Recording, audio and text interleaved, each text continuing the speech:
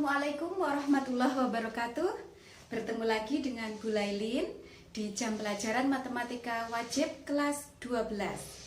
Pada kesempatan kali ini kita akan belajar bab statistika. Ya, di bab statistika nanti kita akan belajar ukuran pemusatan, ukuran letak, dan ukuran penyebaran. Yang pertama ukuran pemusatan dulu ya. Nah, sebelum ke situ, data sendiri itu dibagi menjadi dua, ada data tunggal dan data berkelompok. Data tunggal itu berarti datanya ditulis sendiri-sendiri. Contohnya adalah 3, 4, 6, 5 seperti itu ditulis sendiri. Sedangkan satunya data berkelompok. Data berkelompok itu penulisan datanya ditulis secara interval, pakai interval seperti ini. Nah, jadi yang kita bahas adalah data berkelompok. Ini contohnya seperti ini. Nanti pada data berkelompok kalian akan mengenal istilah panjang kelas, banyak kelas gitu ya. Jadi ini pada data ini kita punya berapa kelas? 1, 2, 3, 4, 5, 6. Jadi ada 6 kelas. Oke, nanti mungkin pertemuan berikutnya kita bahas tentang istilah-istilah dalam data berkelompok. Yang sekarang kita belajar ukuran pemusatan data. Di sana nanti ada rata-rata, modus, dan median. Yang pertama kita akan membahas rata-rata. Nah, rumusnya adalah di rata-rata. Rata-rata.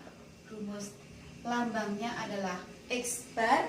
Ini adalah lambang rata-rata sama dengan sigma FI XI untuk I mulai 1 sampai N per sigma FI.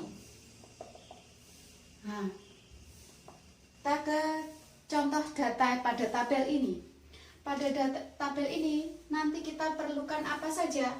FI itu adalah frekuensi kelas ke I. Kelas I itu ya I-nya 1, 2, 3, 4, 5, 6. XI dicatat ya, nanti dicatat sendiri istilahnya apa ini. XI ini adalah titik tengah kelas. Sedangkan ini nanti kita kalikan FI kali XI. Nanti kita butuhkan untuk menghitung rata-ratanya.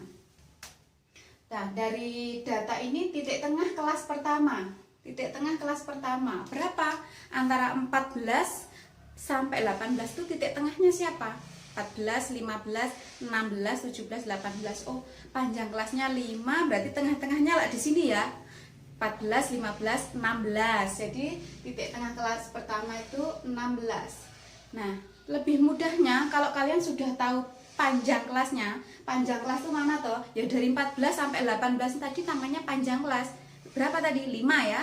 Panjang kelasnya 5. Berarti titik tengah kelas berikutnya itu tambah 5. Berikutnya lagi tambah 5 lagi gitu. Ya, ini 16 tambah 5. Berapa 16 tambah 5? 21 tambah 5, 26 tambah 5, 31 tambah 5, 36 tambah 5, 41. Berikutnya kita hitung perkalian antara frekuensi kelas dengan titik tengahnya. 3 kali 16, 6 kali 3, ayo hitung ayo. 6 kali 3, 18, 1, 3 kali 1, 3, 48. 5 kali 21, 5 kali 1, 5, 5 kali 2, 10. 5 kali 26, 6 kali 5, 30, nyimpan 3, 5 kali 2, 10, 13. 4 kali 31, 4, 4 kali 3, 12. 2 kali 36, 6 kali 2, 12, 1, 2 kali 3, 6, 7. 6 kali 41, 6, 6 kali 4, 24. Ini kita jumlah, ini sigma itu kan jumlah ya. Nah, jumlahnya N itu data. Ya, banyaknya data ada berapa? 3 tambah 5, 8 tambah 5, 8 tambah 5, 13, 17, 19, 25. Ini kita jumlah, ini dijumlah apa enggak Bu? Enggak usah, yang dijumlah yang ini. Nanti kenapa enggak? Lah kan nanti yang dibutuhkan datanya ini. Data dari jumlah dari FI kali XI. Berarti ini yang kita jumlah. 8 tambah 5, 8 tambah 5 berapa? 13. Tambah 4, 17. Tambah 2, 19. Tambah 6, 25. Nyimpan 2, 6. 3, 9, 10, 11.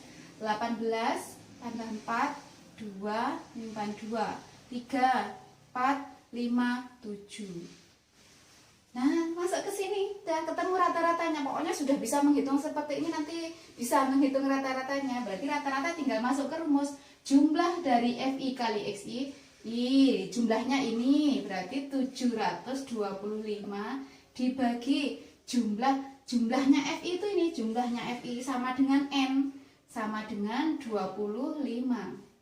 725 dibagi 25, 100 bagi 2, 4. Berarti 4 kali 7, 28 tambah 1, 29. Ketemulah rata-rata pada tabel ini adalah 29. Rata-rata dari data ini adalah 29. Silahkan dicatat. Setelah ini kita akan belajar modus. Nah, kalau ada yang kurang jelas boleh ditanyakan ya. Ya, silahkan catat dulu. Terus kita ke modus.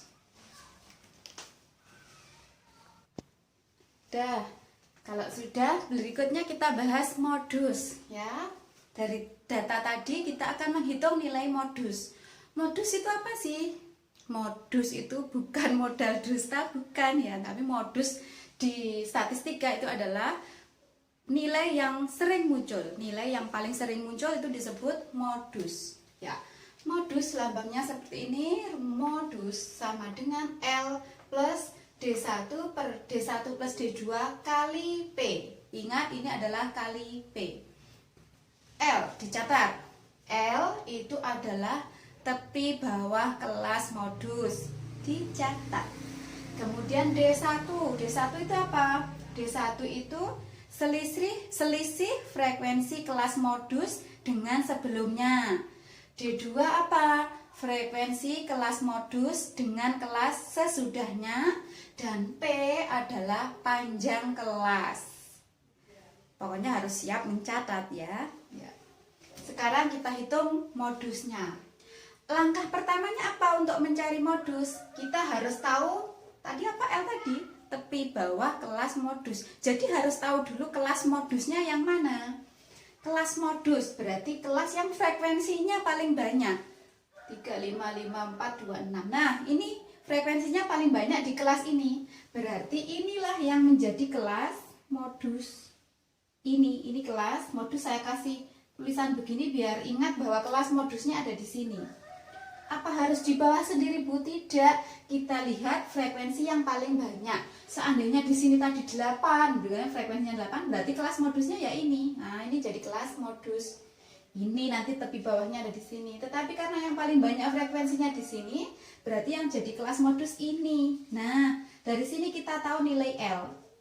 Nilai L-nya berapa pada kelas modus ini? L itu adalah tepi bawah kelas modus. 39 itu batas bawah, berarti 39 dikurangi 0,5. 38,5. Lanjut ke, langsung aja ya, langsung tak tuliskan di ini. Di apa itu namanya? Di rumus. Ya, langsung tak tuliskan di rumus, nanti kalian biar tadi itu adalah langsung ke rumus ini saja. L tepi bawah kelas modus berarti 39 dikurangi 0,5. 38,5 ditambah D1. D1 itu apa? D1 itu selisih frekuensi kelas modus dengan sebelumnya. Jadi dicatat sendiri. D1 itu selisih frekuensi kelas modus dengan frekuensi kelas sebelumnya. Berarti 6 dikurangi 2. Berapa 6 kurangi 2? 4. Nah, kalau sudah tahu 4, udah ditulis saja di sini 4, segera ditulis saja di sini 4 ditambah D2. D2 itu frekuensi kelas modus, selisih frekuensi kelas modus dengan kelas sesudahnya. Kelas sesudahnya siapa? Tidak ada, Bu. Tidak ada berarti 0. 6 selisihnya 6 dengan 0 berapa?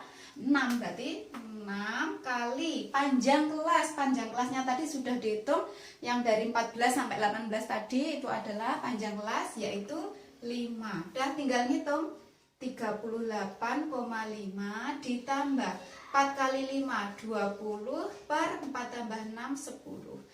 38,5 ditambah 20 bagi 10 2, sehingga hasilnya adalah 40,5. Ya, itulah nilai modus 40,5. Di sini nilai modusnya. Tuh, silahkan dicatat. Setelah ini kita belajar median. Berikutnya kita akan melanjutkan belajar median. Kita akan menghitung untuk mediannya. Apa sih median? Median adalah nilai tengah data. Jadi kita harus tahu dulu di mana letak kelas mediannya. Caranya bagaimana? Tadi kan sudah tahu banyaknya data ada 25.